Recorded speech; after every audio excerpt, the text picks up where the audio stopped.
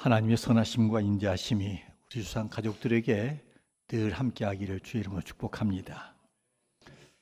현재 2023년 8월 말 한국 인구 조사에 의하면 약 5,138 아니다.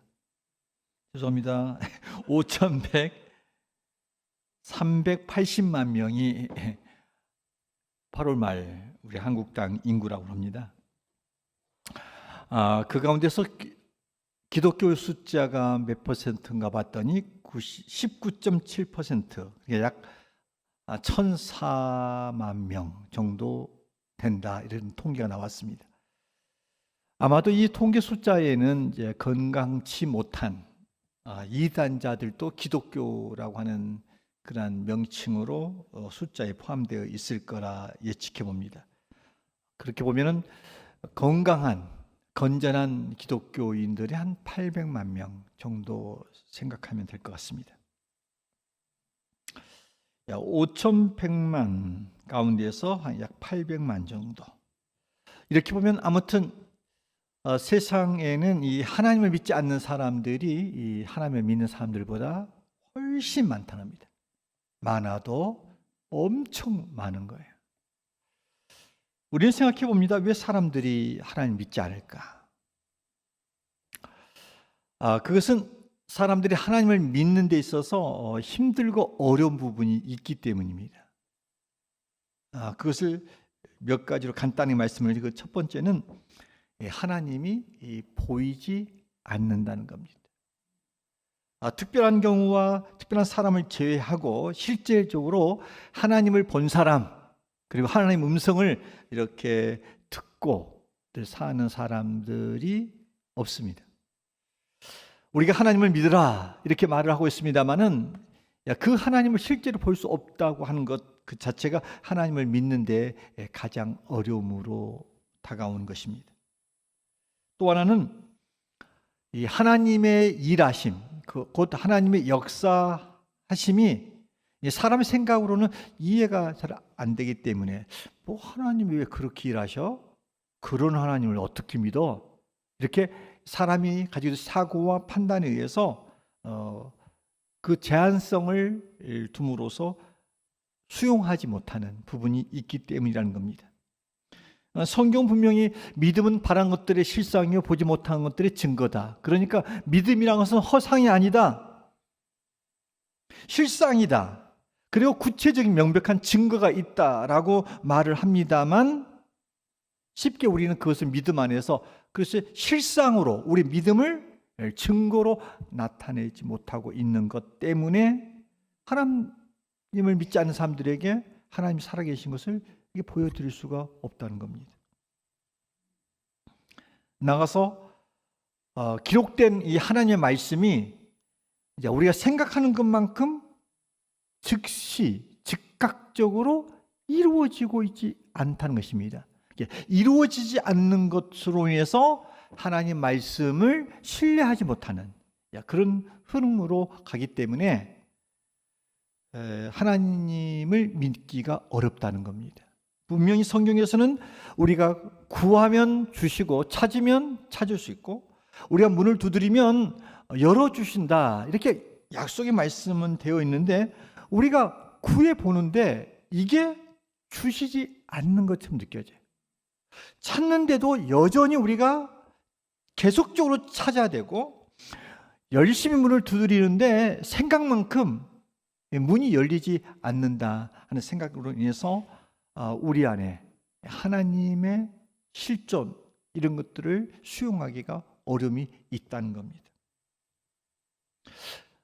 믿는 자에 따른 표적은 이것인데 병든 사람에게 손을 얹은 즉 나으리라, 이렇게 성경은 분명히 기록되어 있어서 그 말씀을 아는 사람이 이렇게 병든 사람의 손을 얹고 환호의 기도를 했는데, 주여 믿습니다 이렇게 했는데 역사가 안 나타나고 있다는 겁니다.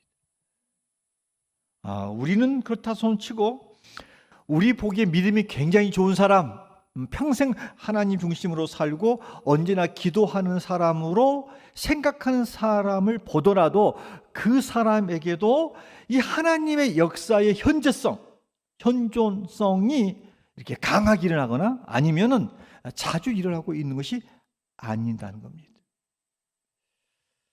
자, 그런 면들이 우리 주변에서 일어나면서 우리의 신앙적인 면에서 여러 가지 궁금한 점이 생겨나죠. 이런 겁니다.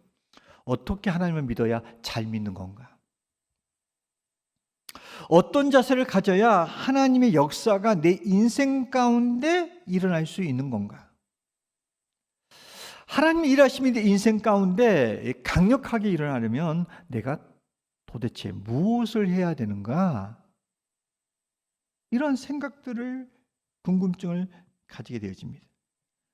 누군가 저에게 앞서 말하는 이 궁금증에 대해서 질문한다면 저는 한마디로 그 해답을 드릴 수가 없을 것 같습니다. 왜냐하면 이 하나님의 깊은 뜻, 그리고 그분의 오묘하신 섭리, 그리고 하나님의 일하시는 그때 하나님이 일하신 방법, 방식, 이 모든 것들을 이 사람이 그것을 헤아릴 수가 없기 때문입니다. 그래서 저는 오늘 시간에 이제 신앙생활 속에서 우리가 분명히 갖는 하나의 궁금한 점이 뭐냐면 하나님의 일하심이 왠지 나에게는 안 나타나는 것 같아요. 말씀은 그렇게 기록되어 있는데 내게는 역사가 일어나고 있지 않는 것 같아. 이런 것들 때문에 신앙의 현재성들이, 생동감, 생명력들이 자꾸 약화되어져서 신앙을 갖는다는 것과 갖지 않는다는 이 차이가 무엇인가?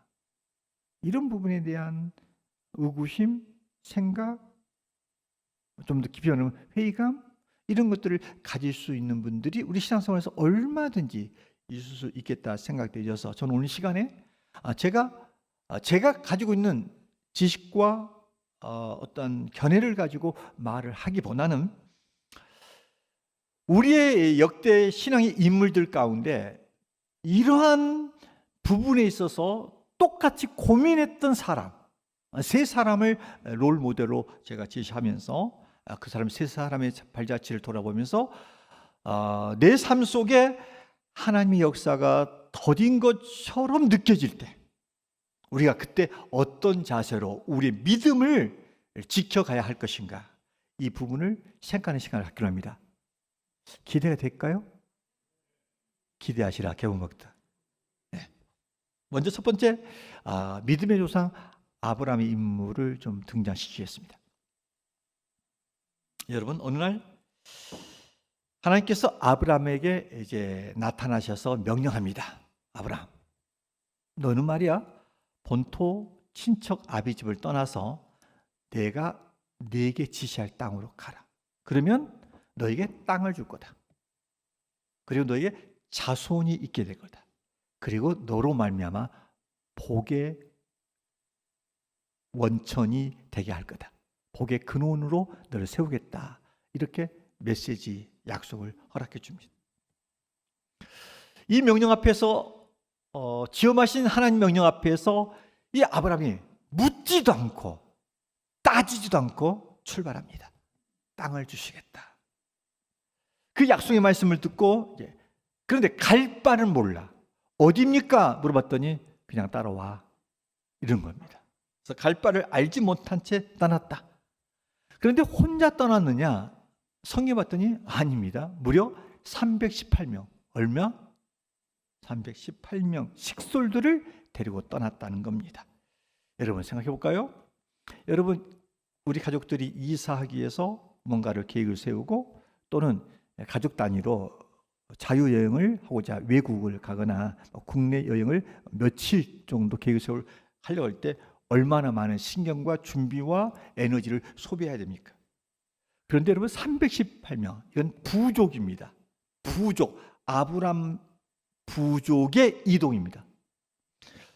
그런데 이 식솔을 데리고 와야 되는데 누군가가 물을 거 아닙니까? 어디로 가야 됩니까? 이렇게 물을 거 아닙니까? 어디로 가자는 겁니까? 그런데 하나님이 알려줄 거예요. 하나님의 지시, 이 하나님의 인도가 어떻게 매일매일 방향과 행보의 템포에 맞춰서 이루어졌는지는 성경 기록되어 있지 않습니다. 그런데 갈 바를 모르고 떠났던 아브라함은 얼마나 모험적이었고 긴장된 순례의 길이었겠습니까? 그런데 이렇게 갈 바를 알지 못하고 하나님이 주겠다는 땅을 생각하면서 본토 아베 집을 떠나서 하나님 지시한 땅으로 갔는데, 여러분 생각해 보셨나요? 정작 아브라함이 살아 생전에 그가 얻은 땅이 어느 정도였을까요? 비옥한 가나안 땅이었나요? 아니에요.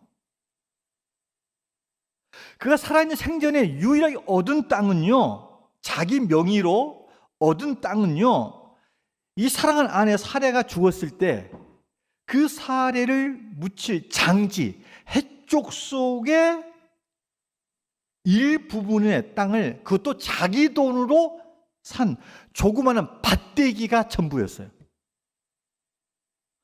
그러니까 하나님의 명령은 너가 본토 친척 아비 집을 떠나서 내가 너에게 지시할 땅으로 가면 땅을 주겠다, 이렇게 말씀하셔서 그 말씀 붙잡고 살아온 세월이 얼마냐? 자그마치 110년입니다. 110년 동안 그가 얻은 거라고 하는 땅이라고 하는 것은 겨우 아내가 죽었을 때 묻힐 장지였다는 거예요. 여러분, 이런 하나님의 역사가 아브라함의 생애에 주어진 하나님의 흔적이었어요. 그렇다면 여러분, 이렇게 110년 동안 하나님이 말씀하셔서 그 약속 말씀 붙잡고 갔는데 하나님이 이끄십니다, 인도하십니다, 역사다라고 생각했는데 겨우 매장지 하나 얻었다? 여러분, 이것을 하나님의 인도하심, 하나님의 역사, 하나님이 내 인생을 이끌어 오셨다, 이렇게 믿겠습니까? 하나도 안 믿잖아요. 나도 못 믿겠어요.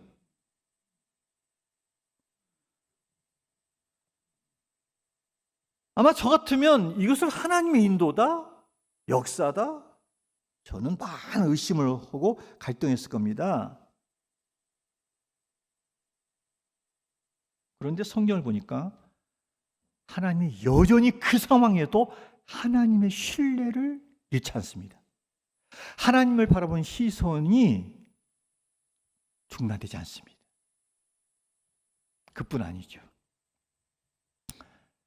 본토 아비 집을 떠나면 땅만 주는 게 아니에요. 자손까지 주겠는데요. 자손까지. 그런데 여러분, 그가 하나님 명령에 따라서 자손을 주겠다는 명령을 들고 출발을 해요. 그때 나이가 75세였어요. 75세.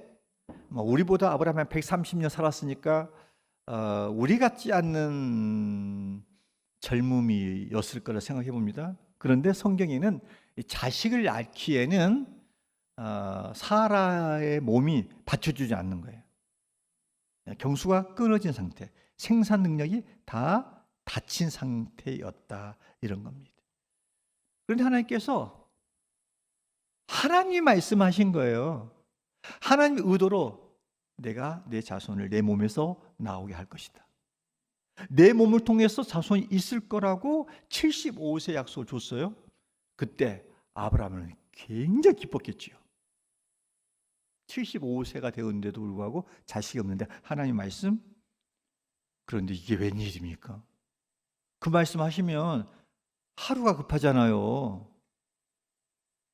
그런데 그렇게 말씀을 해놓고 자그마치 그 역사가, 그 성취가 어느 때냐면 25년이나 지난 다음 100세 때 가서야 아들을 딸랑 한 명을 줍니다.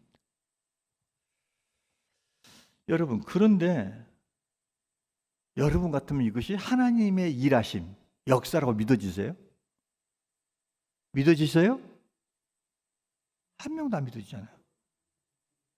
여러분 정직해서 고마워요. 저도 이게 무슨 하나님의 역사야. 뭔 하나님이 내 인생을 이끌고 계셔.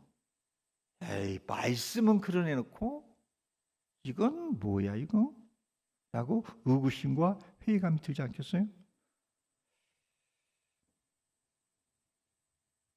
하나님이 분명히 약속을 하셨어요. 그리고 오늘 나는 밤중에 나오래. 하나님, 야 나와봐. 그랬더니 별이 빛나는 밤이에요. 여러분, 유대 땅에서 밤하늘의 별을 보세요. 본 적 있으세요? 한숨 소리가 확 나오는데. 여러분, 별이요, 중동에서 보는 별은요, 쏟아집니다. 진짜. 우리 교회가 빨리 개를 묻든지 해서 성지순례를 한번 갔다 와야 이게 뭐 소통이 될 것 같아. 성지순례를 한번 다녀와야 할 것 같아.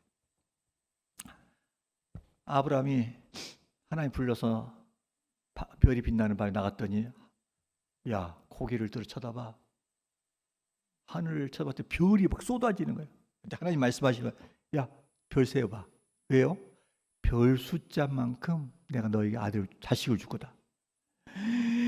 별은 벅차가지고 한 명도 없는 상태에서 별 하나, 내 아들, 별 둘, 애 둘 계속 하다가 말도 꼬여. 여러분, 그런데 은유를 이렇게 합니다. 요것만이 아니다. 바닷가의 모래알처럼 너희 자손이 있을 거라. 이거 하나님의 말씀을 하는 거라요. 시청각적으로 교육을 시켜준 거예요. 그런데 100세까지 기다렸는데 딸락 한 명. 여러분, 이 사건을 두고 이게 하나님의 인도다, 역사다, 이것을 믿으라고요? 누가 믿겠어 이게? 그런데 아브라함이 이 상황에서도 하나님을 향한 믿음이 흔들리지 않습니다. 그러면 아브라함이 그를 이끌어 주셔서 땅을 그 정도 갖게 하고 또한 자식을 준다고 했는데 달랑 한 명밖에 주지 않는다는 그 상황에서도 흔들리지 않았던 그 믿음이 무엇이냐는 겁니다.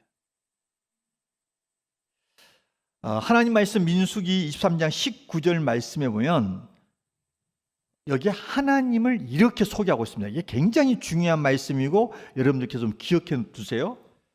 밑줄을 좀 그어놓으세요. 자, 민수기 23장 19절 말씀 우리가 함께 읽겠습니다. 시작. 하나님은 사람이 아니시니 거짓말을 하지 않으시고 인생이 아니시니 후회가 없으시도다.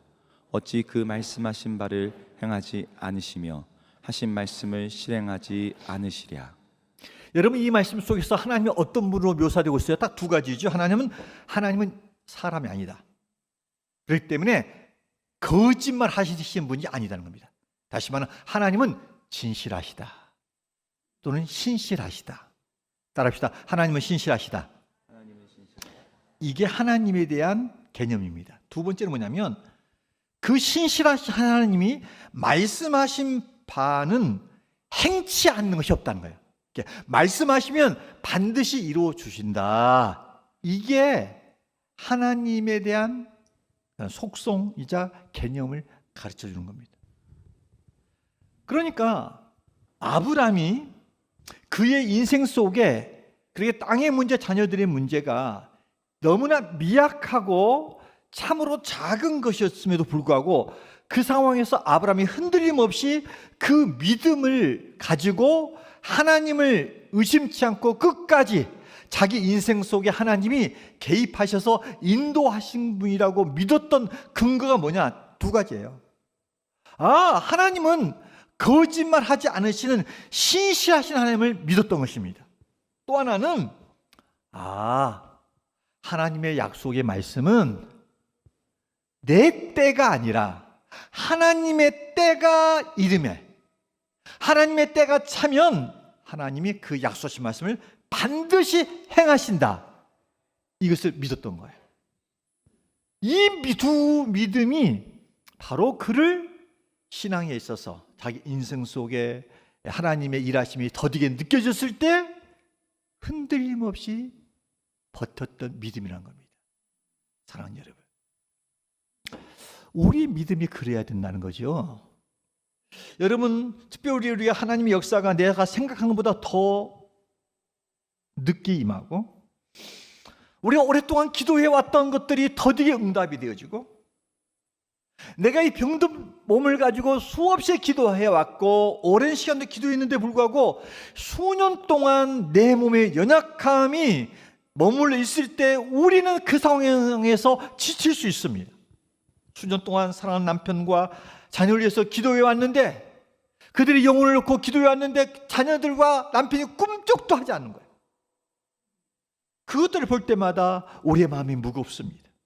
그리고 삶의 각종 무게로 인해서 우리가 지치고, 그 상황에서 눈물이 앞을 가리고 답답함을 금할 수 없고, 이런 상황이 있을 때 정말 하나님 뭐 하시지?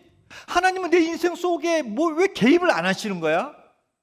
하나님은 내 인생에 있어서 일하심이 나타나 보이지 않는, 그렇게 느껴질 때 우리가 기억해야 될 것이 뭡니까? 하나님은 신실하시다는 겁니다. 하나님은 거짓이 없이 믿을 수 있는 분이라는 겁니다. 나아가서 성경이 약속하신 그 말씀대로 때가 되면 반드시 이루어진다, 이 믿음을 가지고 기다림이 우리의 믿음이 되어야 될 줄로 믿습니다. 그럴 때 우리의 신앙에 흔들림이 있고 하나님의 말씀이 우리 인생에서 더디게 역사되는 것처럼 느껴지는 그때도 우리가 흔들림 없이 하나님을 앙망하며 추구하는 인생을 살아갈 줄로 믿습니다. 저는 우리 주상 가족들이 아브라함이 후회했던 거짓말하지 않으시는 신실하신 하나님, 내 때가 아니에요, 내가 정한 시간이 아니에요, 하나님의 때에 하나님의 방법으로 일하실 그 하나님을 끝까지 신뢰함으로 말미암아 저와 여러분의 신앙 속에 이런 회의와 갈등과 흔들림이 있을 때마다 견고하게 서내는 그 역사가 있기를 주의 이름으로 축원합니다. 또 한 인물을 우리가 등장시킬 수 있는데, 또 한 사람은 뭐냐면 바로 이 욥이라고 하는 인생이에요. 이 욥의 인생 속에 사단이 개입합니다. 이 사단은 욥의 이 순전한 믿음을 어떻게 이해했냐면, 욥은 다 까닭이 있기 때문에, 조건이 충족되어져서 이유가 있어서 하나님을 잘 섬긴다는 겁니다. 그게 뭐냐? 하나님이 동방이라고 하는 지역에서 이 욥을 제일 부자로 축복해 주셨으니까, 자녀들을 그렇게 10남매를 주셨으니까, 그의 삶의 모든 것들이 채워주고 부어주고 그렇게 해 주셨으니까, 그 이유로 인해서, 그 조건 때문에, 그 까닭 때문에 하나님을 섬기고 있다라고 사단은 스스로 오인했어요. 그래서 그러한 신조를 가지고 이제 사단이 하나님께 참소합니다. 욥기 1장 9절, 이 참소의 메시지가 나옵니다. 함께 읽습니다. 시작. 욥이 어찌 까닭 없이 하나님을 경외하리이까? 믿음이라고 하는 것, 하나님을 섬기는 것은 다 이유가 있다는 거예요. 저 사람의 믿음이 좋은 것은 다 이유가 있다는 거예요. 까닭이 있다는 거예요. 그 까닭이 뭐냐? 그 인생이 잘 되게 해주니까, 그 인생을 축복해 주니까, 그 사람 인생을 형통하게 해주니까, 이런 조건과 이유가 하나님 안에서 충족되어지니까 믿음 생활 잘하는 거지. 이런 것들이 다 없어지면 그렇게 믿음이 좋다는 사람들도 말짱 도름 위다, 이런 이야기를 사단이 지금 하는 거예요. 여러분, 정말 욥이 하나님이 축복해 주신 까닭이 있기 때문에, 조건이 있기 때문에, 그래서 하나님을 섬긴 건가요? 하나님을 섬겼던 건가요? 아닙니다. 욥은 그의 손에 모든 것들이 사라졌을 때, 그럼에도 불구하고 그는 하나님을 섬깁니다. 욥이 한날이 잃어버린 것들이 몇 가지가 있어요. 첫째는 뭡니까? 그의 모든 재산, 이것들을 한날에 잃어버립니다. 연차적으로 이게 손실이 아니라 하루아침에 폭삭망한 거예요. 얼마나 많은 소유를 가졌는지 아셔요? 자, 계산기 꺼내세요. 자, 제가 계산해 드릴게요. 자, 요즘에 양 한 마리 얼마예요? 우리 양 치는 사람이 없어. 자, 5만 원만 잡겠습니다. 아니다, 5만 원까지 안 된다. 우리가 흑염소 해봤을 때 앞으로 또 15만 원 받은 것 같아. 자, 15만 원 곱하기 양 7천 마리. 계산하세요. 자, 김 집사님 계산하시고, 다음 박 집사님, 낙타 3천 마리. 낙타 어느 될까요? 한 마리에 못 잡은 내가 보면 800만 원 잡아야 수 있다. 800만 곱하기 3천 마리. 계산하세요. 소 한 마리 제대로 암소 같은 경우는 보면 한 800 됩니다. 그냥 대충 하는 거예요. 그걸 또 기다 아니다 그렇게 따질 이유는 없고요. 800만 원 곱하기 1000마리. 암나기, 낙인데 암나무야. 이게 무려 500마리. 낙이 모르겠네. 그런데 이게 하루아침에 다 무너집니다. 스바 사람, 갈대아 사람들이 침략해서 이걸 잃어버린 것과 함께 또한 하늘에서 불이 떨어져 날벼락이 떨어진 거예요. 날벼락이 떨어져서 이 모든 것들이 한날에 잃어버렸다. 계산이 얼만큼 나와요? 몇십억 나옵니까? 몇십억이 몇 백이가? 자, 통과. 너무 또 계산을 하니라고 또 말씀을 못 듣는가 보네. 소유만 잃어버린 게 아니에요. 여러분, 우리는 재산을 잃어도요, 가족을 잃음보다는 낫잖아요. 그런데 이 욥에게는 한날에 그렇게 키웠던 7 아들, 3명의 딸을 한날에 잃게 됩니다. 그리고 어느 때는 재산도 잃고 자식들도 갔어요. 그래서 사람은 자기 몸이 좀 건강하면 그래도 버틸 수 있어요. 그런데 욥은 악성 종기로 인해서 재 가운데 빠져서 그 고름을 그렇게 묻혀가면서 질그릇 조각으로 그것을 긁어내야 되는 그런 가려움과 고통을 받았어요. 그때 여러분 얼마나 힘들었겠어요. 그런데 때로는 그 옆에 사랑하는 사람이라도 붙어 있었으면 좋아. 그런데 사랑하는 아내마저도 재산과 자식이 있을 때는 그 남편을 너무 존경했어. 그런데 그 남편 욥시가 병들고 발바닥에서 정수리까지 종기로 별 볼 일 없게 되어지고 자식들도 있고 재산도 있게 되니까 이때 이 아내가 변심을 해요. 그래서 하나님을 욕하고 죽으라 하더니 떠나버렸어요. 떠났다가 때가 되니까 찾아오더라고요. 여성 동지 여러분, 이런 일이 없기를 바랍니다. 근데 분명한 것은 욥이 자신의 모든 것을 잃었어요. 그 상황에서는 하나님이 자기를 떠난 것 같아요. 하나님 자기를 버린 것 같아요. 자기 머리로서는 하나님의 일하심이 도무지 이해가 안 돼요.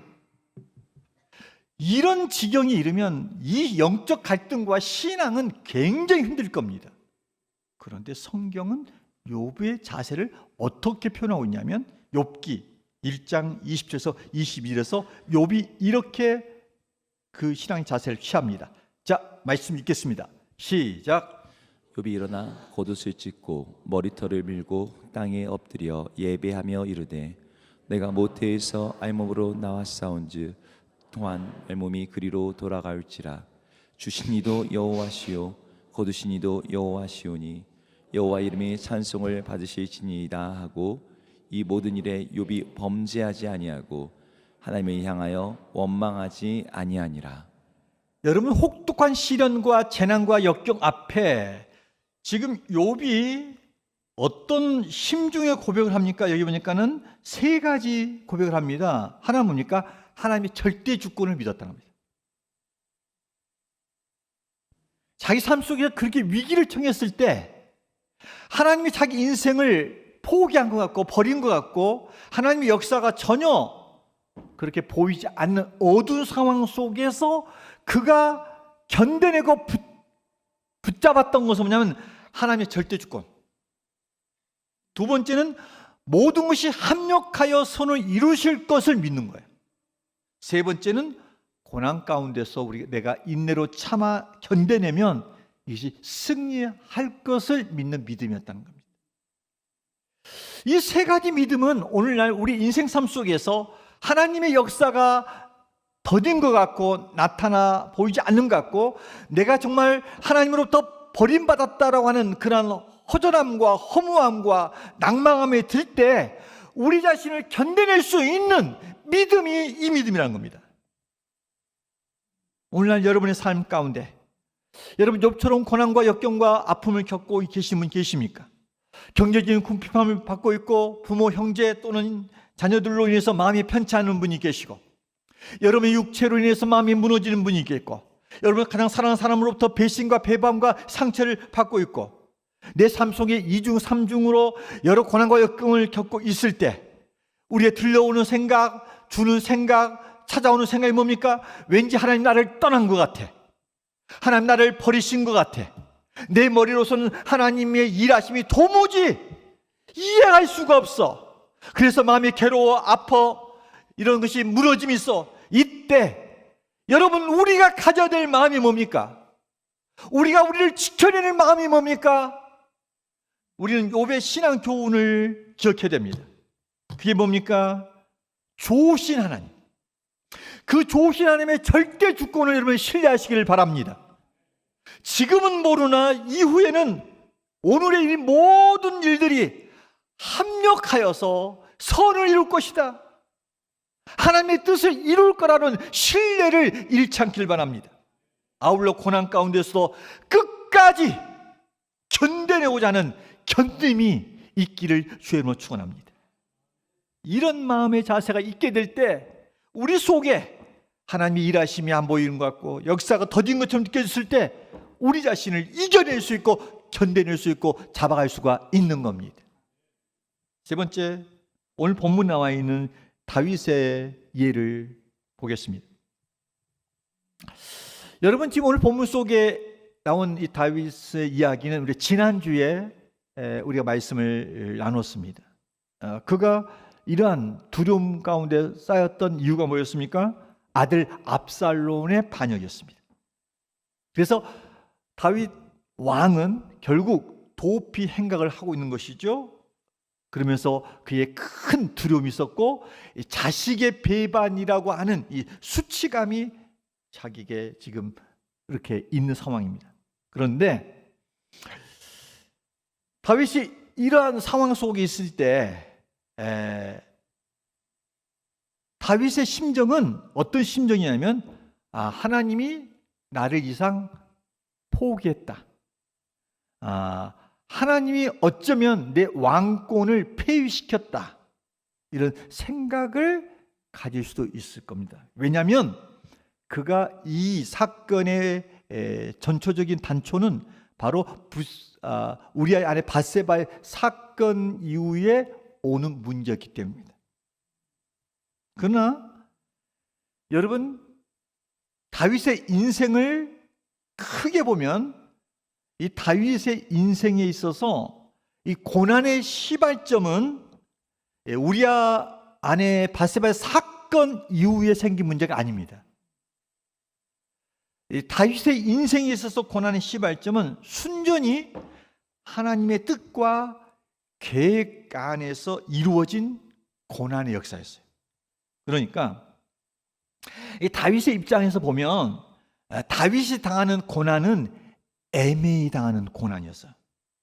왜 제가 그렇게 표현하냐면 하나님께서 다윗을 이스라엘의 왕으로 세워 기름 부음을 받았던 그때로부터 고난이 시작된 겁니다.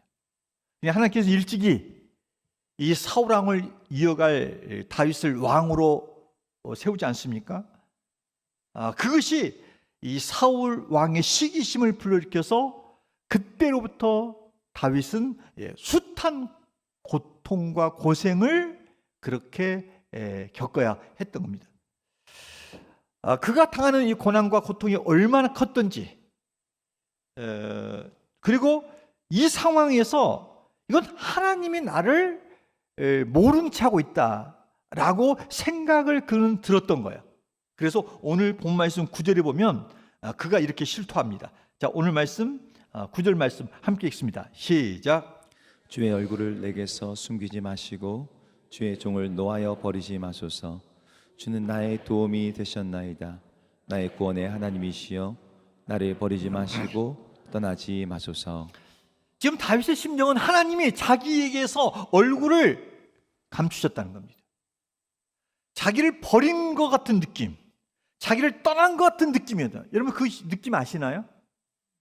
신앙생활에 있어서 하나님의 역사, 하나님 일하심이 나에게 전혀 이루어지고 있지 않을 때 하나님이 나를 떠난 것 아닌가? 나를 버린 거 아닌가? 하나님의 얼굴을 숨기시는 거 아닌가?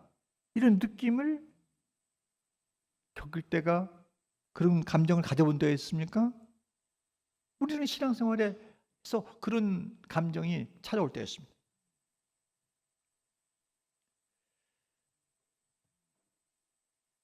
그리고 시편 13편 1절에 보면 또한 그는 하나님이 숨어 계시다는 것을 느껴서 이렇게 고백합니다. 시편 13편 1절 말씀입니다. 자, 함께 읽습니다. 시작. 여호와여 어느 때까지니까 나를 영원히 잊으시겠나이까? 주의 얼굴을 나에게서 어느 때까지 숨기시겠나이까? 여러분 다윗이 얼마나 힘들고 답답했으면 이런 기도를 하나님 앞에 하겠습니까? 그런데 다윗이 이러한 답답함과 힘듦과 하나님이 자기를 있는 것 같고 그의 주의 얼굴을 그에게서 감추시는 것 같은 그 상황에서도 다윗은 하나님에 대한 믿음의 끈을 놓지 않습니다. 하나님을 바라보는 시선이 흐트러지지 않습니다. 그는 이렇게 고백합니다. 시편 27편 1절에서 3절 말씀 함께 읽습니다. 시작. 여호와는 나의 빛이요 나의 구원이시니 내가 누구를 두려워하리요? 여호와는 내 생명의 능력이시니 내가 누구를 무서워하리요? 악인들이 내 살을 먹으려고 내게로 왔으나 나의 대적들 나의 원수들인 그들은 실족하여 넘어졌도다. 군대가 나를 대적하여 진칠지라도 내 마음이 두렵지 아니하며 전쟁이 일어나 나를 치려 할지라도 나는 여전히 태연하리로다. 다윗은 굉장히 힘든 가운데서 무엇을 생각합니까? 하나님을 기억했다. 그런데 기억 속에 떠오르는 하나님이 어떤 하나님이었냐? 나의 빛이요 나의 구원이시며 내 생명의 능력이시다고 고백할 수 있는 그 하나님이었다는 겁니다.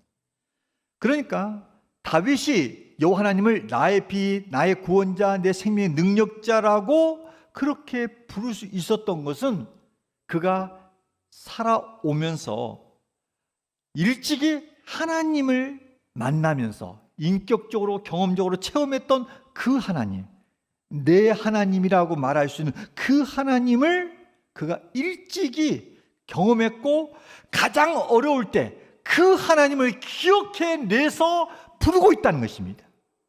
자, 그래서 이 다윗은 두렵고 위기 가운데서 이 하나님의 이름을 부르면서 그가 두려움에서 이겨내고 또한 그 수치심에서 그가 벗어나게 되어집니다. 자, 오늘 저는 내 인생에 있어서 하나님의 일하심과 역사하심이 더딘 것 같아서 그것 때문에 갈등이 있고 힘든 상황이 있는 그 상황을 해답을 찾고자 해서 오늘 세 사람의 인물을 제가 등장시켰습니다. 근데 이 세 사람의 인물은 공통된 점이 있어요. 어떤 믿음의 특징이 있냐면 5가지의 특징이 있습니다. 자, 이 5가지 특징은 이렇습니다. 첫 번째, 따라해 봅시다.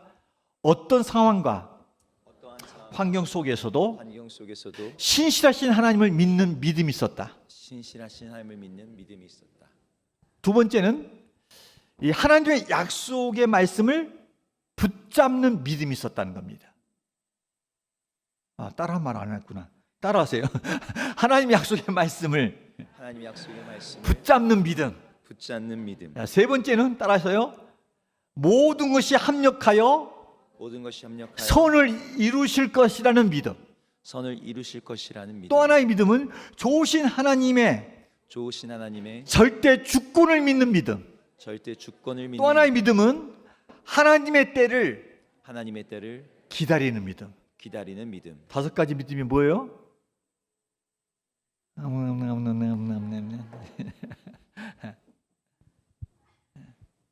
어떤 상황과 환경 속에서도 신실하신 하나님을 믿는 거예요. 두 번째, 하나님의 약속의 말씀을 붙잡고 살아가는 믿음. 세 번째는 뭐예요? 모든 것들이 합력하여 선을 이루실 거라는 그런 믿음. 네 번째는 뭐예요? 좋으신 하나님의 절대 주권을 믿는. 다섯 번째 믿음은 뭐예요? 하나님의 때를 기다리는 믿음. 자, 여러분, 사실 우리가 살고 있는 현장, 또 제 목회 현장에도 이 불가사의한 아니면 잘 이해가 안 된 상황들이 여전히 일어나고 있습니다. 저는 아직도 왜 하나님이 그렇게 하나님을 의지하고 말씀대로 살려고 하는 신실한 교우들 가운데서 이 경제적으로 회복이 안 되져서 그 어려움을 겪고 있는지, 이 부분에 대한 저는 잘 이해를 못하는 부분이 있습니다. 저는 아직도 왜 하나님이 택하여 부르신 이 종들 가운데 어느 한순간 갑자기 몸이 무너져서 오랜 세월 동안 병상에서 아파하며 고통을 받게 하는지 저는 그 이유를 모르겠습니다. 저는 아직도 왜 하나님을 바라보고 믿음대로 살고자 몸부림치는 교우들이 육체의 병으로 인해서 오랫동안 고통을 받고 있는지 저는 그것을 알지 못하겠습니다. 저뿐만 아니라 우리 교우들 가운데는 그렇게 간절하게 기도했던 그 기도 제목이 시간이 10년, 20년 지났음에도 불구하고 여전히 응답되지 않아서 그것을 붙잡고 계속 고통받고 씨름하고 있는 그 성도들의 그 원인이 어디 있는지, 문제가 어디 있는지 저는 알 수가 없습니다. 또한 우리 교우들 가정에는 왜 하나님이 가족 구원을 다 이루어 주지 않는지 저는 그것을 알지를 못합니다. 하지만 제가 하나님의 역사하심과 일하심은 제 머리와 경험으로는 이해를 못하겠어요. 그래서 여러분들한테 해답은 드릴 수가 없어요. 그러나 오늘 말씀을 준비하면서 세 사람의 인물을 우리가 종합해 보면서 분명한 확신이 있습니다. 그 확신을 선포합니다. 여러분, 하나님의 일하심이 더딘 것처럼 느껴지고 하나님의 역사가 전혀 일어나지 않을 것만 같아 보여도 약속하신 바를 오랜 시간을 거쳐서 이루어 가시는 아브라함의 하나님, 한순간에 모든 것들을 잃게 하지만 또한 때가 되면 다시 채워가시는 욥의 하나님, 당신의 뜻과 계획 속에서 고통과 연단을 통하여서 그 한 인생을 세워가시는 다윗의 하나님은 우리에게 그 약속하신 모든 것을 때가 되면 반드시 이루어 주실 줄로 믿습니다.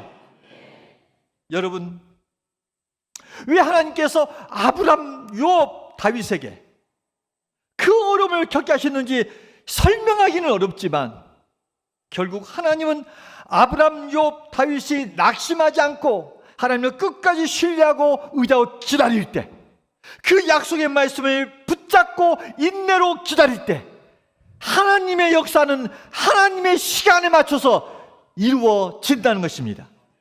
따라서 저나 여러분이나 우리 인생에서 숱한 많은 어려움이 있을 때 우리가 할 일이 뭡니까? 우리가 할 일이 뭡니까?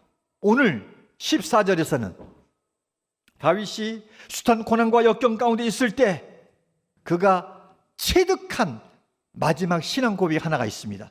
14절 말씀 함께 읽습니다. 시작. 너는 여호와를 기다릴지어다. 강하고 담대하며 여호와를 기다릴지어다. 여러분, 신앙은 뭡니까? 기다림입니다. 받아 적어요. 신앙은 뭐라고요? 기다립니다. 여러분, 하나님의 역사는 하나님의 뜻에 따라 하나님의 시간에 하나님의 방식대로 이루어집니다.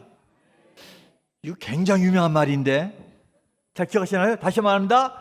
하나님의 역사는 하나님의 뜻에 따라 하나님의 시간에 하나님의 방식대로 이루어진다. 그러면 우리가 할 일이 뭡니까? 기다립니다. 기다립니다. 이 신실하신 하나님을 믿고 그 약속을 믿고 일하신 하나님을 신뢰하면서 우리가 잠잠히 기다리는 겁니다.